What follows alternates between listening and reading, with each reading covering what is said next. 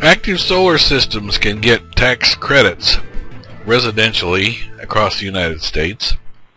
It has to either be a thermal system or an electric system. First, we're going to talk about thermal, which is a solar hot system, produces hot fluids or hot air, direct transfer of sun's heat into a fluid or an air. Thermal liquid systems qualify for the national tax credit of 30% of the cost of the system, labor, and materials. There's no upper limit anymore. But thermal air systems do not qualify. Again, I told you the websites earlier about where you can find information about federal tax credits. Solar liquid systems, and it could be a solar hot water system or a glycol water mixture or some other type of liquid, they qualify for tax credits. Solar thermal air systems do not. And probably that's because thermal air systems are less expensive, really, in terms of initial expense than liquid systems as a kind of a common thing. So I guess that's why they're not allowed to get tax credits, but I'm not sure. Anyway, that's how it's written. A thermal hot water, hot liquid system will get the 30% tax credit. You do have to save. You should have it installed by a certified solar installer, and you do need to save your receipt because they can question the cost of the system. So with anything, you need to keep track of your receipts.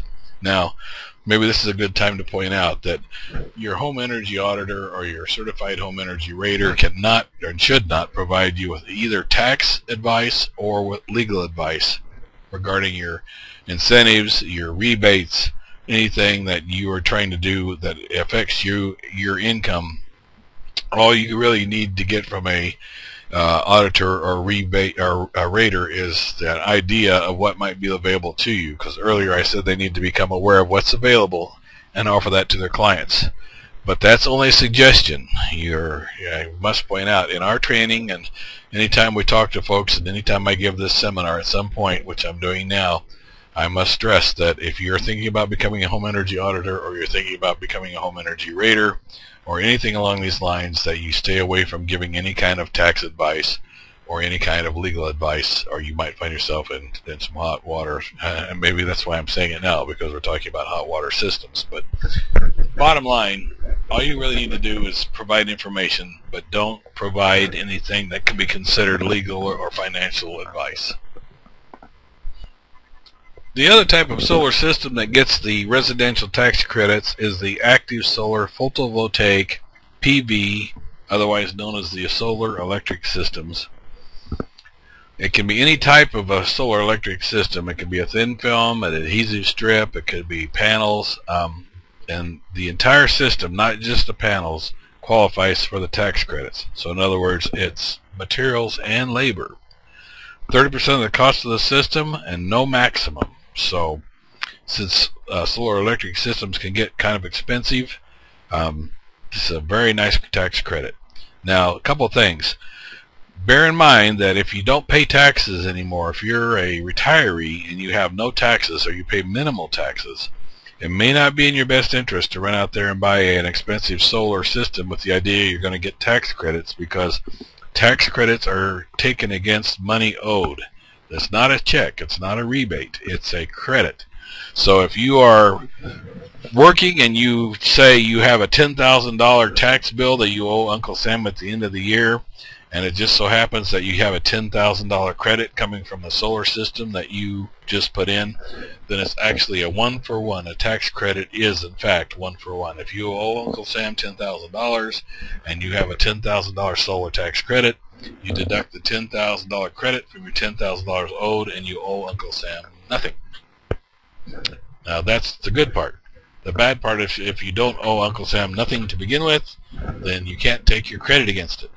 So I have to be clear on this, that I always try to caution people when they are retired, you need to try to buy this stuff. You're going after credits before you retire, so you can get your incentives back before you retire and be all done with it. Now, some people are going back to work because of what's happened with the retirement accounts, so maybe you can still take advantage of this, and you can roll over the credits for a significant amount of time. Again, I'm not a tax authority, but if you don't get all your tax credits the first year, then you can roll what's not taken into future years. I just don't know how many. That's something that's beyond my, I don't talk about that. So that's a great thing. And let's do a scenario now. I love scenarios. Let's say that house that we're looking at on the bottom right here has got a 4 kilowatt system, solar electric system that they've installed, and it cost them $30,000. That's probably close to correct for most places in the United States. So $30,000 times 30% is $9,000. They will get a $9,000 tax credit based on their $30,000 expenditure for the entire solar system from Uncle Sam. Now, in the case of Kansas City, since again we're going back to the local rebates and things, the state of Missouri passed the Clean Energy Initiative back in November of 2008 that provides a $2 credit per watt rebate toward the cost of a solar system based on watts. You recall I said this is a $30,000 4 kilowatt system. 4 kilowatts is 4,000 watts. So if you take $2 per watt times 4,000, that's $8,000. That means that 30% of the cost of the system in state tax credits of $9,000 toward the $30,000 is a given for the federal, and now you get another $8,000 state. So you add those together, $17,000 can be back in your pocket for an expenditure of $30,000. And there's yet another credit possibly coming based on the pollution avoidance of your solar system. That there's a carbon credit coming for the from the state of Missouri. This is up in the air, but let's just say it's $1 a watt. I have $1.50 a watt here, but it's probably going to be closer to $1. We don't know quite yet. We'll know soon. Probably as soon as I publish this presentation, it'll probably be, and I'll probably be wrong here.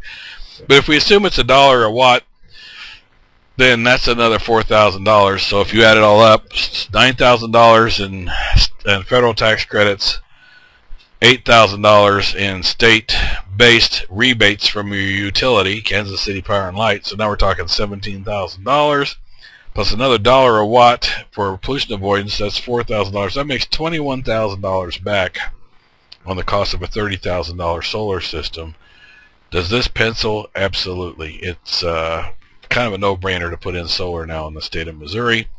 So, but this is happening across the country as well. The only reason I'm really pushing these local incentives as well as national is that almost every state has some type of incentive for either solar electric systems or thermal systems, hybrid vehicles, electric vehicles. All this stuff is coming. You just have to constantly check in and talk to people to keep on top of what's available. And like I said, we even have more money potentially coming for the pollution avoidance, so it's an ever-moving target. I'd like to say thank you for listening to me for this however long and however many segments you watched of this online presentation about green jobs. This is when I normally stop the presentation part, but then I get into how it all ties together using the EnergyARM.com online energy improvement tool. EnergyARM stands for Energy Automated Retrofit Management, and we think this tool is going to be very significant in terms of how it will help bring the whole energy improvement industry together and make energy audits and energy ratings and all these things go from a niche market basically now into a nationally known commodity. And so I'm going to speak about that in a separate online presentation tied to this green jobs. So watch for that. I will have it posted soon. It'll be green jobs from using EnergyARM. So thank you very much for watching, and I hope you have a wonderful day, afternoon, evening, and please take care.